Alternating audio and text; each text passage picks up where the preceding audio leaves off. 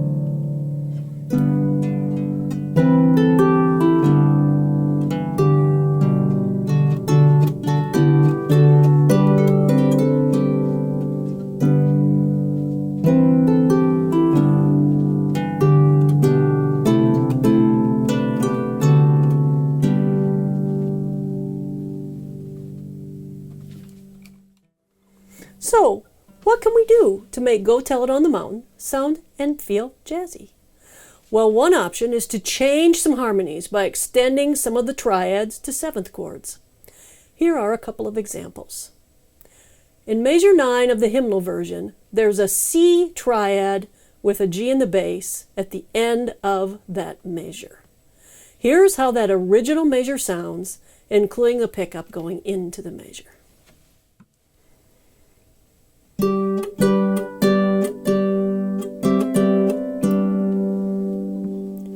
So that C triad with G in the bass sounds like this.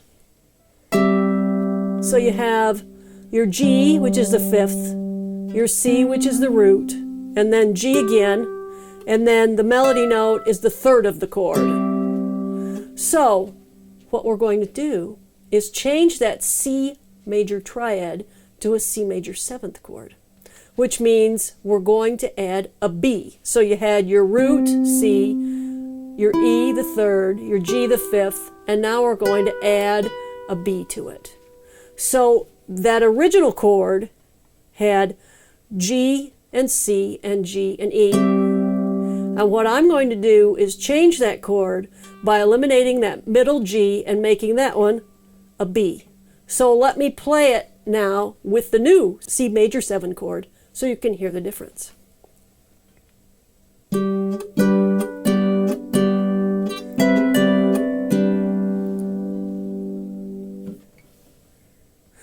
So those two chords together, so that you can hear the differences, is the first one, without the seventh, was this.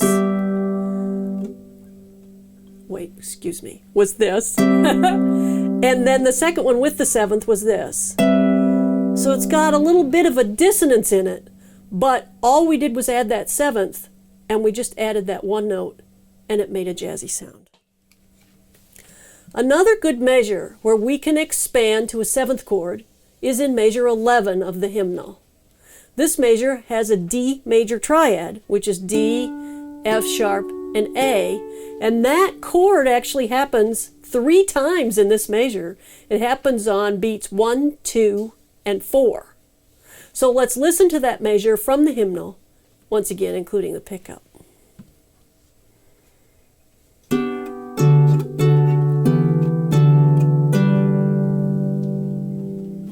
So what I decided to do to make that measure sound a little more jazzy is to add the seventh of that D major triad, turning it into a D dominant seventh. So now you have D, F sharp, A, and C.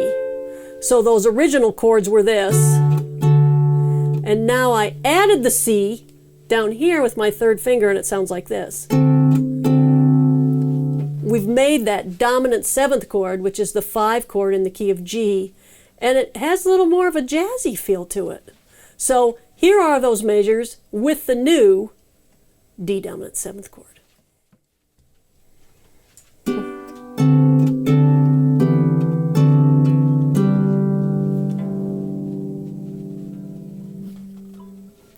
So when you're planning to create a jazzy feeling, experiment by simply adding the seventh to any triad. Use any chord you like the sound of, and all of a sudden your piece, harmonically, has some more jazzy sounds to it.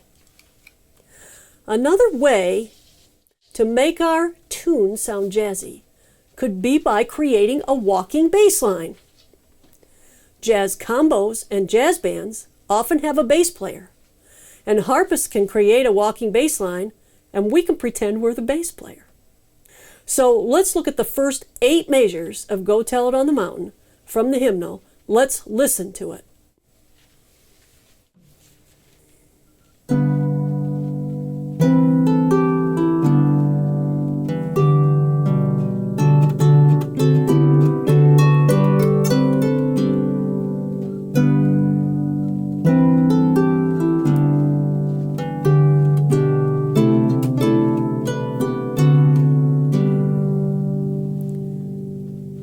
Those measures from the hymnal are pretty, of course, but let us create a jazzy feel by adding a walking bass line to those measures.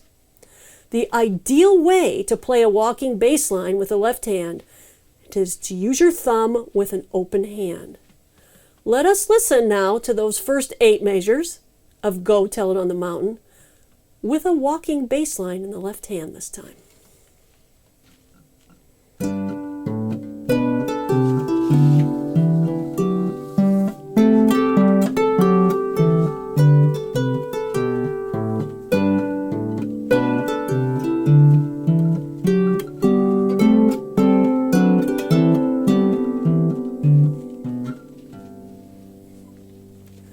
Let's talk a little bit about how to play that walking bass line with your left hand.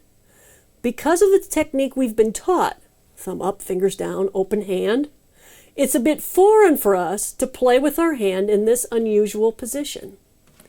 So we're going to start out by playing a G major scale going up. We're going to begin with this low G, which is where I started the bass line that I just showed you. Put your hand flat on the strings and put your thumb on that G. Notice what it feels like to your hand to have your hand touching the strings. Very different from how we're used to playing. So, as you play each string with your thumb, when you go back onto the strings for the next note, you're going to put your thumb on that next string, and the palm of your hand will muffle the previous string, making you sound like an upright bass player in a jazz ensemble.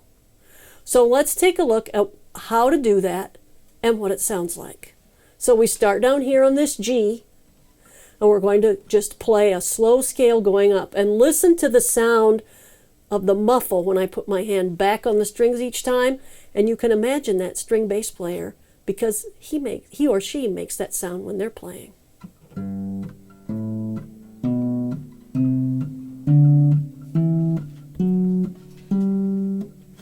Or if you're going faster, you can do any speed you want for your walking bass line.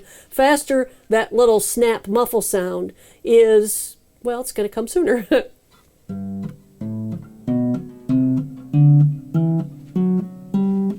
Now, when you're playing the scale going down, a different part of your hand is going to handle that muffle, because now you're muffling a string that's above the one you just played.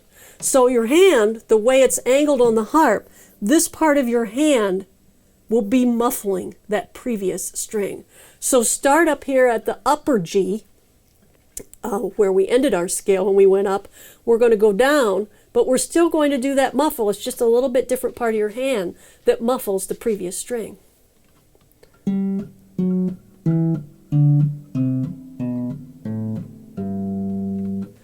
And we're still snapping back, and I'll show you what it sounds like a little faster, but if you kind of imagine, you can hear what that upright string bass player sounds like when they play it.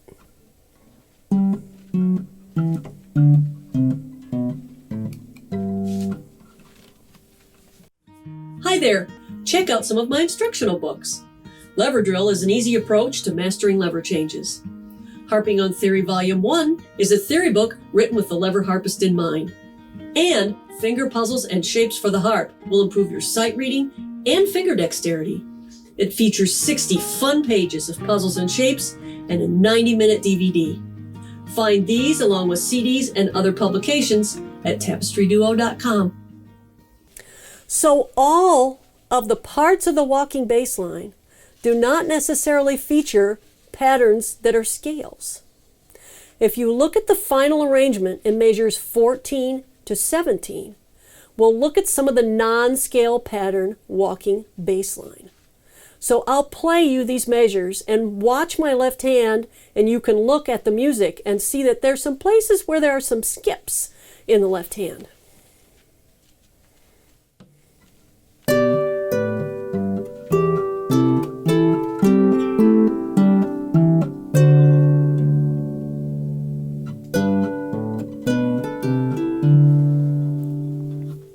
So in the third measure of that group, we had an octave. Did you notice that? We played this. So that octave in the left hand, I didn't use my thumb both times. I came from here, right? And then I reached down for the octave with my fourth finger. Now that's a little harder to muffle, but I've added a fermata there. So after the fermata, you can let the D ring, but after the fermata, when I go back to the walking bass line, going back to that G, that D will be muffled. So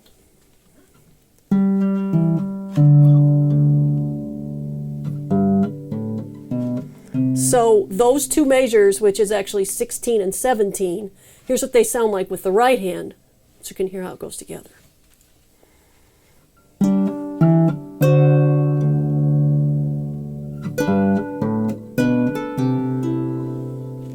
And then off we go to our walking scale again.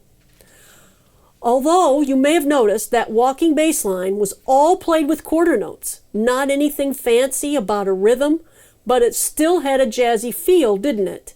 And it had to do, I think, with the way we put our hand back on the strings to create a little bit of a muffle, once again, just like the upright bass player. So not only can you be a harpist, but you can be an upright bass player.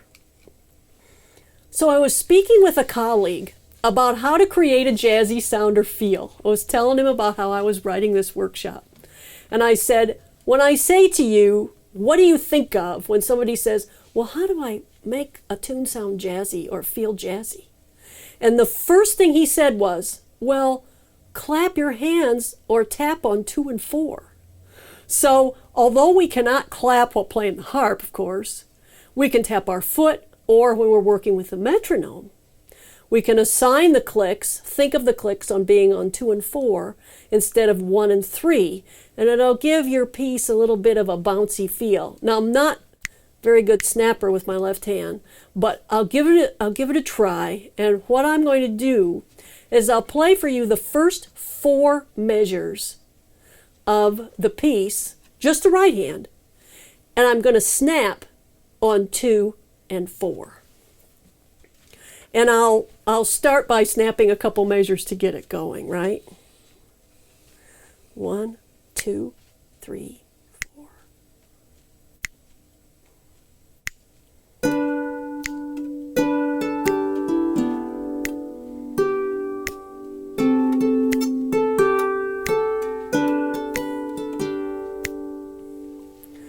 So that little snapping makes it so that you got a little bit of a bouncy thing going on.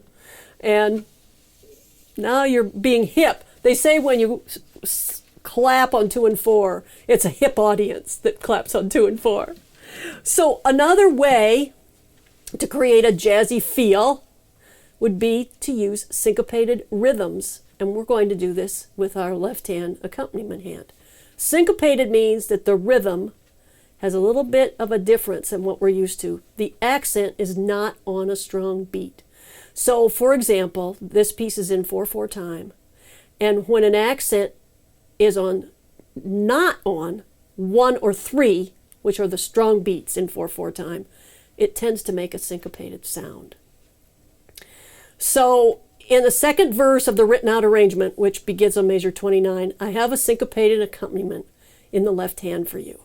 But let's start by listening to those first original 8 measures from the hymnal again, and then we can compare to the syncopated arrangement.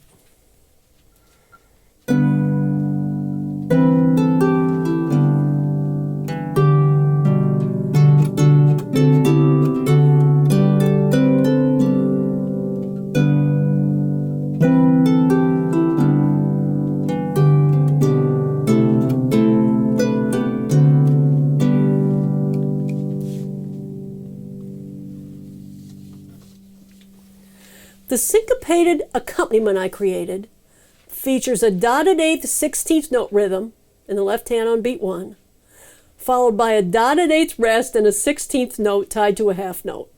Now, that description sounds much more complicated than it is, right? And once you hear and feel it, you'll see that it's easy to play. So here are those 8 measures again with our new syncopated accompaniment in the left hand. See what you think.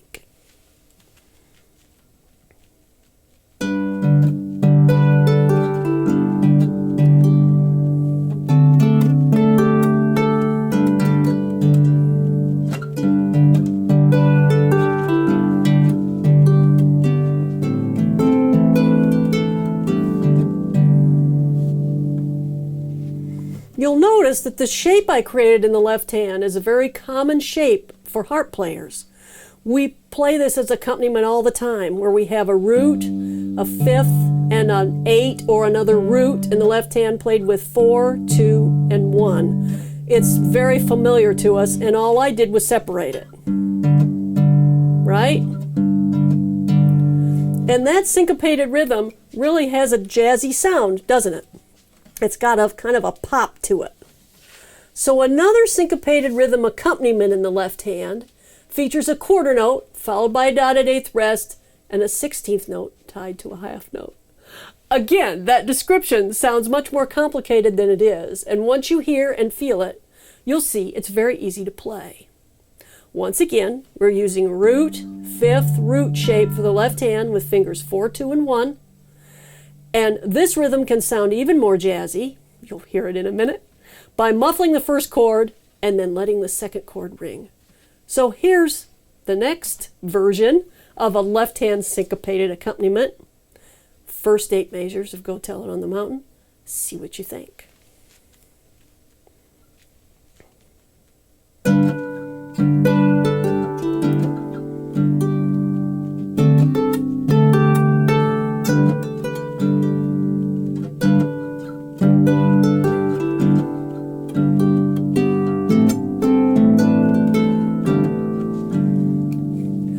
I have to tell you, I like that one so much that I want to keep on playing it for you over and over again because that left hand is so fun. So all I'm doing is I'm going right back on the same strings that I just played really quick, and it makes it have a little snappy sound to it. In the final arrangement of the tune, I decided to add a mini interlude between the verses. The mini interlude is 4 measures and uses a walking bass line. Now, by now, you know I like the walking bass line too. If you were playing with another musician, maybe a guitarist or a clarinetist or maybe a flute player, you could repeat these measures in multiples of 4. You could do 4, 8, 12, 16 is a common number of measures for solos, but you could repeat these measures through while your partner is improvising. And there's another way to make Go Tell It on the Mountain sound and feel jazzy. So here's the mini interlude that I created, and you can do whatever you like with it. But here's what I made.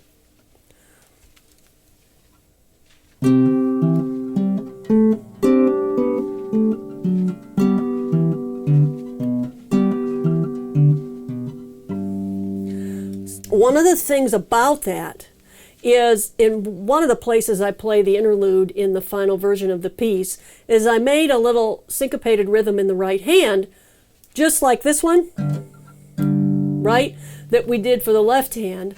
But we can do that in the right, and that could be kind of snappy if you are accompanying someone improvising. It might be kind of fun to do this.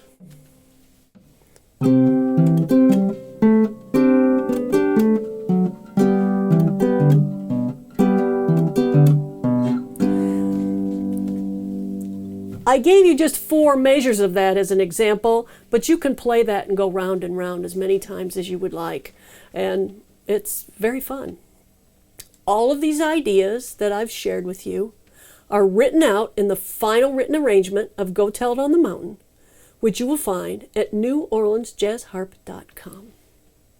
In addition, you'll find my final performance version of the tune on the New Orleans chapter of the American Harp Society's YouTube channel. I hope you have discovered lots of new ideas about how to make a tune sound and feel jazzy. Apply them to any arrangements and compositions that you are creating. I'm Denise Grupp-Verbon. Thank you for watching, and happy harping. This video is produced by the New Orleans chapter of the American Harp Society with the additional support of Camac Harps and the National Endowment for the Arts. It is funded in part by a community partnership grant from the New Orleans Jazz and Heritage Foundation and a CARES relief grant from the Louisiana Division of the Arts. Video and audio production by Michael Grupp-Verbon from Viewpoint Productions, LLC. Additional post-production by Carlos Valladares. Donations to help continue this worthwhile jazz and pop harp series can be made at paypal.me/Patrice Fisher.